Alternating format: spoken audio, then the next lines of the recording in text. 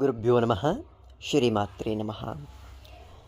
ದೇವತೆಗಳ ಉಪಾಸನೆಯಲ್ಲಿ ಮಂತ್ರಗಳು ಬಹಳ ಮುಖ್ಯ. ನಾವು ಸಾಮಾನ್ಯವಾಗಿ ಮಂತ್ರಗಳನ್ನು ಶಬ್ದಗಳು ಅಥವಾ ಅಕ್ಷರಗಳು ಅಂತ ಭಾವಿಸ್ತೀವಿ. ಅಲ್ಲ, ಮಂತ್ರಗಳು ಒಂದು ಫಾರ್ಮುಲಾ. ಯಾವ ಮಂತ್ರಗಳು ಯಾವ ದೇವತೆಗಳಿಗೆ ಸೀಮಿತವಾಗಿದೆಯೋ ಆ ದೇವತಾ ಸ್ವರೂಪವೇ ಆ ಮಂತ್ರವಾಗಿರುತ್ತೆ, ಅಥವಾ ಆ ಮಂತ್ರದಲ್ಲಿ ಆ ದೇವರ ಎನರ್ಜಿಯನ್ನು ಲಾಕ್ ಆಗಿರುತ್ತೆ.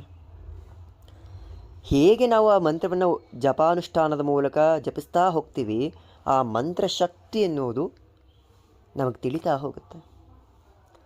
ಮಂತ್ರಗಳು ಎಲ್ಲ ಕಾಲದಲ್ಲೂ ಕೆಲಸ ಮಾಡುತ್ತೆ.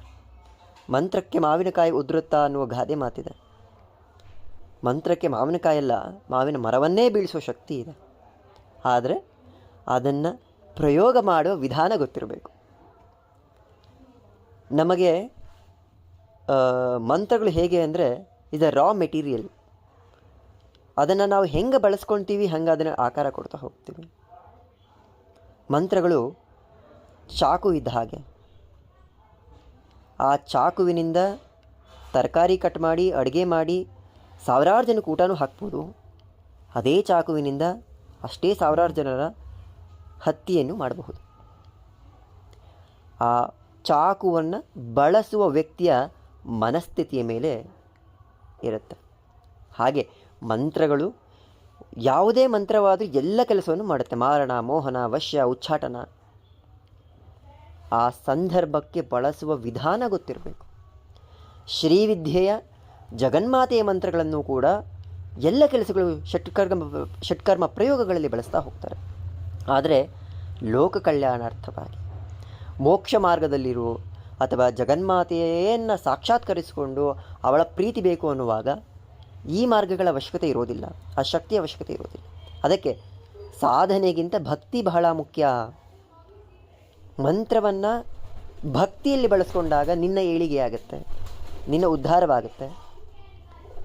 ಜನ್ಮ ಮೃತ್ಯುವಿನ ಆ ಚಕ್ರದಿಂದ ಬಿಡುಗಡೆಯಾಗುವ ಮಾರ್ಗ ದೊರೆಯುತ್ತೆ. ಮಂತ್ರ ಎಲ್ಲವನ್ನೂ ಮಾಡುತ್ತೆ. ಆದರೆ ಆ ಮಂತ್ರದ ಶಕ್ತಿಯನ್ನು ತಿಳಿದುಕೊಳ್ಳಬೇಕು. ಮಂತ್ರವನ್ನು ಗುರುವಿನ ಮಾರ್ಗದರ್ಶನದಲ್ಲಿ ಯಾಕೆ ಮಾಡಿ ಅಂತ ಹೇಳ್ತಾರೆ, ಉಪದೇಶ ತಗೊಂಡು ಮಾಡಿ ಅಂತ ಹೇಳೋದ್ರ ಉದ್ದೇಶ ಏನಂದರೆ, ಆ ಶಕ್ತಿ ಮಂತ್ರದ ಉಚ್ಚಾರಣೆಯಿಂದ ನಮ್ಮ ದೇಹದಲ್ಲಿ ಉಂಟಾಗುವಂಥ ಆ ಚೇತನಾಶಕ್ತಿಯನ್ನು ನಿಯಂತ್ರಣ ಮಾಡಿಕೊಳ್ಳೋದಕ್ಕೆ ಸಾಧ್ಯ ಇಲ್ಲ ನಮಗೆ ಅನ್ನುವ ಕಾರಣಕ್ಕೆ. ಆ ಶಕ್ತಿಯನ್ನು ನಿಯಂತ್ರಣ ಮಾಡಿಕೊಳ್ಳೋದು ಗೊತ್ತಿದ್ದಾಗ ಗುರುವಿನ ಉಪದೇಶದ ಅವಶ್ಯಕತೆ ಇರೋದಿಲ್ಲ. ಗುರುವನ್ನು ಮನಸ್ಸಲ್ಲೇ ನೆನೆದುಕೊಂಡು ಸಾಕಾಗುತ್ತೆ, ಅಥವಾ ದಕ್ಷಿಣಾಮೂರ್ತಿ ಸ್ವರೂಪಿಣಿಯಾದ ಲಲಿತಾಂಬಿಕೆಯನ್ನೇ ಗುರುವಾಗಿ ಸ್ವೀಕಾರ ಮಾಡೋದು ಸಾಕಾಗುತ್ತೆ. ಆತ್ಮಜ್ಞಾನವಿದ್ದಾಗ, ಆತ್ಮಬೋಧವಿದ್ದಾಗ ಉಪದೇಶದ ಅವಶ್ಯಕತೆ ಇಲ್ಲ ಅನ್ನೋದು ನನ್ನ ಸ್ವಂತ ಅಭಿಪ್ರಾಯ ಅಷ್ಟೇ. ಆದರೆ ಮಂತ್ರಗಳಿಗೆ ಗುರು ಉಪದೇಶ ಬಹಳ ಮುಖ್ಯ. ಮಂತ್ರಗಳನ್ನು ಸ್ವಾರ್ಥಕ್ಕೆ ಬಳಸುವುದಲ್ಲ, ನಮ್ಮ ಉದ್ಧಾರಕ್ಕೆ ಬಳಸ್ಕೊಳ್ಳೋದು. ಯಾವುದೇ ಮಂತ್ರಗಳಾಗಿರಲಿ ಯಂತ್ರಗಳಾಗಿರಲಿ ಇರುವುದು ನನ್ನ ಉದ್ಧಾರಕ್ಕೆ, ಜಪಿಸುವವನ ಉದ್ಧಾರಕ್ಕೆ. ನಾನೇ ಅದರಿಂದ ಯಾವುದೇ ಫಲವನ್ನು ತಗೊಳ್ಳದೆ ಮತ್ತೊಬ್ಬರಿಗೆ ಉಪದೇಶ ಮಾಡ್ತೀನಿ ಅಂದರೆ ಯಾವ ಪ್ರಯೋಜನ ಇರೋದಿಲ್ಲ. ಯಾವುದು ನಿತ್ಯ ಅನುಷ್ಠಾನದಲ್ಲಿದ್ದು ನೀನು ಆ ಮಂತ್ರದ ಶಕ್ತಿಯನ್ನು ತಿಳಿದು ಆ ಶಕ್ತಿಯನ್ನು ಹಿಡಿತಕ್ಕೆ ತಗೊಂಡಿದ್ದಾಗ ಮತ್ತೊಬ್ಬರಿಗೆ ಅದರ ಪ್ರಯೋಗವನ್ನು ಹೇಳಿಕೊಡಬಹುದು. ಮಂತ್ರಗಳು ಕೇವಲ ಶಬ್ದಗಳಲ್ಲ. ಪ್ರತಿ ಮಂತ್ರದ ಅಕ್ಷರಗಳಿಗೂ ವಾಗ್ದೇವತೆ ಇರಿದ್ದಾರೆ.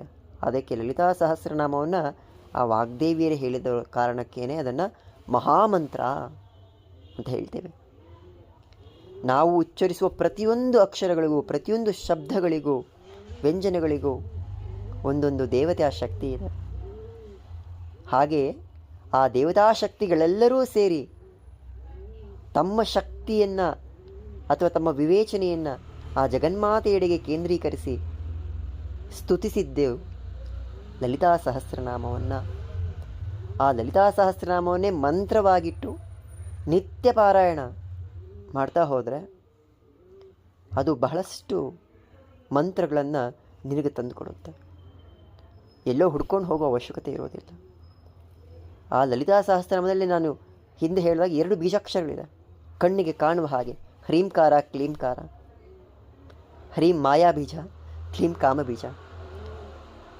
ಜಗತ್ತನ್ನು ಮಾಯೆಯ ಹಿಡಿತದಲ್ಲಿ ನಾವೆಲ್ಲರೂ ಇದ್ದೇವೆ. ಆ ಮಾಯಾ ಸ್ವರೂಪಿಣಿ ಭಗವತಿ. ಪ್ರತಿಯೊಂದು ಇಚ್ಛೆಗಳಿಗೂ ಕೂಡ ಆ ಭಗವಂತ ಪರಮೇಶ್ವರ ಕಾಮೇಶ್ವರನೇ ಕಾರಣ. ಹಾಗಾಗಿ ಹ್ರೀಂಕಾರ ದೇವಿ ಸ್ವರೂಪವಾದರೆ ಕ್ಲೀಂಕಾರ ಮಹಾಕಾಮೇಶ್ವರ. ಕಾಮೇಶ್ವರ ಸ್ವರೂಪವಾಗಿರುವ ಆ ಬೀಜಾಕ್ಷರವನ್ನು ಲಲಿತಾ ಸಹಸ್ರನಾಮದಲ್ಲಿ ಸಾಧಾರಣವಾಗಿ ಕಾಣಿಸುತ್ತದೆ. ಎಷ್ಟು ಜನ ಗಮನಿಸಿದಾರೋ ಗೊತ್ತಿಲ್ಲ. ಹರೀಂಕಾರ ಕ್ಲೀಂಕಾರಕ್ಕೆ ಬಂದಾಗ ಅಲ್ಲಿ ಹೇಳ್ತಾರೆ ವಾಗ್ದೇವಿಯರು, ಕ್ಲೀಂಕಾರ ಕೇವಲ ಗುಹ್ಯ ಕೈವಲ್ಯ ಪದದಾಯಿನಿ. ಕ್ಲೀಂಕಾರವನ್ನು ಅರ್ಥ ಮಾಡ್ಕೊಳ್ಳೋಕ್ಕೆ ಸಾಧ್ಯವೇ ಇಲ್ಲ, ಗುಹ್ಯ ಅದು.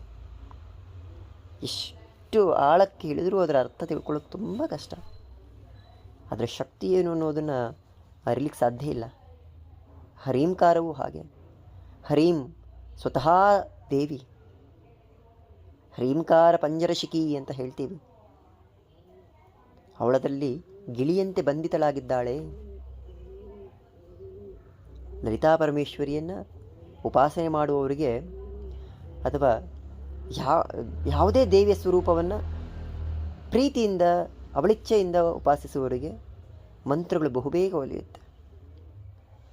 ಎಲ್ಲ ಮಂತ್ರಗಳನ್ನು ಒಲಿಸ್ಕೊಳ್ಳೋದು ಅಥವಾ ಅದನ್ನು ಪಠನೆ ಮಾಡೋದು ದೇವತಾಶಕ್ತಿಗಳ ಅನುಗ್ರಹ ಪಡೆಯೋದಕ್ಕಿಂತ ಒಂದು ಮಂತ್ರವನ್ನು ಹಾಗೂ ಆ ದೇವರಿಗೆ ಸಂಬಂಧ ಸಹಸ್ರನಾಮದ ಪಾರಾಯಣವನ್ನು ಮಾಡ್ತಾ ಬರಬೇಕಾಗತ್ತೆ. ಕುಂಜಿಕಾ ಸ್ತೋತ್ರದ ಕುರಿತು ಸಾಕಷ್ಟು ಜನಕ್ಕೆ ಗೊತ್ತಿರ್ಬೋದು.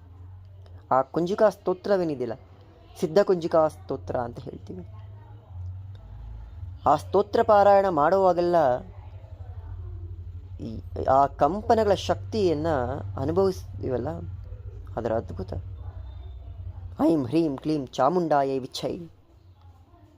ಆ ನವಾರ್ಣ ಮಂತ್ರದ ಸಂಪುಟೀಕರಣ ಅಥವಾ ಸಂಪೂರ್ಣ ಮಂತ್ರ ನಮಗೆ ಕುಂಜಿಕಾದಲ್ಲಿ ಸಿಗುತ್ತೆ.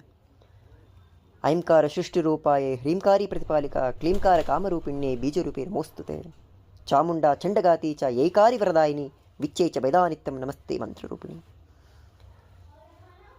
ಮಂತ್ರಗಳ ಶಕ್ತಿ ನಮ್ಮ ಉಚ್ಚಾರಣೆಯಲ್ಲೇ ಇರುತ್ತೆ. ಐಂಕಾರ ಇಡೀ ಸೃಷ್ಟಿಯ ಮೂಲ, ಹ್ರೀಂಕಾರ ಪ್ರತಿಪಾಲನೆಯ ಪ್ರತೀಕ, ಕ್ಲೀಂಕಾರ ಸಂಹಾರದ ಪ್ರತೀಕ, ಸೃಷ್ಟಿ ಸ್ಥಿತಿ ಲಯ. ಆ ಜಗನ್ಮಾತೆ ಮೂರನ್ನೂ ಮಾಡ್ತಾಳೆ.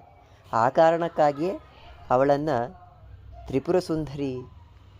ಅವಳಿಗೆ ಇಚ್ಛೆ ಬಂದಾಗ ಬ್ರಹ್ಮಸ್ವರೂಪಿಣಿ ಆಗ್ತಾಳೆ, ಅವಳಿಗೆ ಇಚ್ಛೆ ಬಂದಾಗ ವಿಷ್ಣು ಸ್ವರೂಪಿಣಿ ಆಗ್ತಾಳೆ, ಅವಳಿಗಿಚ್ಛೆ ಬಂದಾಗ ಶಿವಸ್ವರೂಪಿಣಿಯಾಗಿ ನಿಂತ್ಕೊತಾಳೆ. ಅವಳನ್ನು ತಿಳಿಯೋದಕ್ಕಿಂತ ಅವಳ ಮಂತ್ರಗಳ ಅರ್ಥವನ್ನು ತಿಳಿತಾ ಹೋದಾಗ ಅವಳ ಅರ್ಥ ಆಗ್ತಾ ಹೋಗ್ತಾಳೆ. ಶ್ರೀಮಾತ್ರೇ ನಮಃ.